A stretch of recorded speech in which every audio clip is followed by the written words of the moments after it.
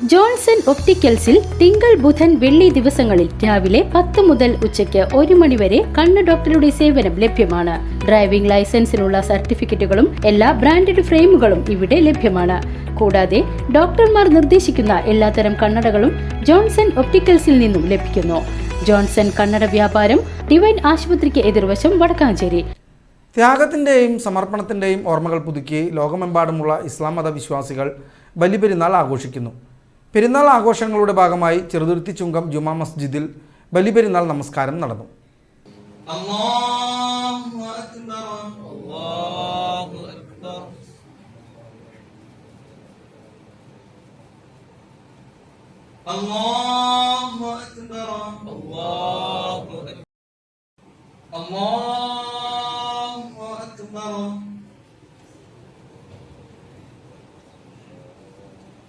നൂറുകണക്കിന് വിശ്വാസികളാണ് പെരുന്നാൾ നമസ്കാരത്തിൽ പങ്കുചേരാനായി ചുങ്കം ജുമാ മസ്ജിദിൽ എത്തിയത്.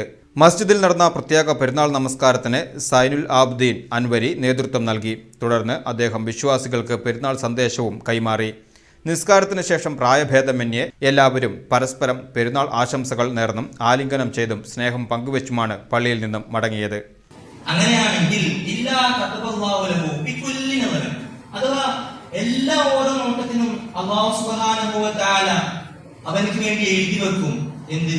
ഹജ്ജത്തൻ മബ്റൂറ, സ്വീകാര്യമായ ഹജ്ജ് എന്നത്. അഥവാ നമ്മളൊക്കെ കാരുണ്യത്തോടെ നമ്മുടെ ഉപ്പാനെ ഒന്ന് നോക്കിയാൽ അല്ലെങ്കിൽ ഉമ്മാനെ ഒന്ന് നോക്കിയാൽ ആ ഓരോ നോട്ടത്തിനും ഹജ്ജിന്റെ കൂലിയാണ്.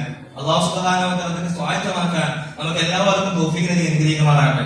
ആ സമയത്ത് ഒരു സഹാബി ചോദിക്കുന്നുണ്ട്, അല്ലാഹുവിന്റെ റസൂലേ, എന്റെ ഉപ്പ രോഗിയാണ്, ഞാൻ മാത്രമേ ഉപ്പാനെ നോക്കാനുള്ളൂ.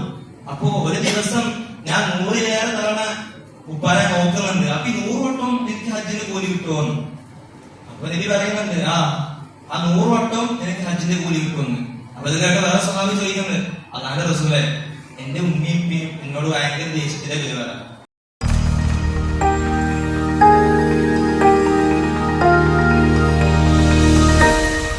You are watching VCV News.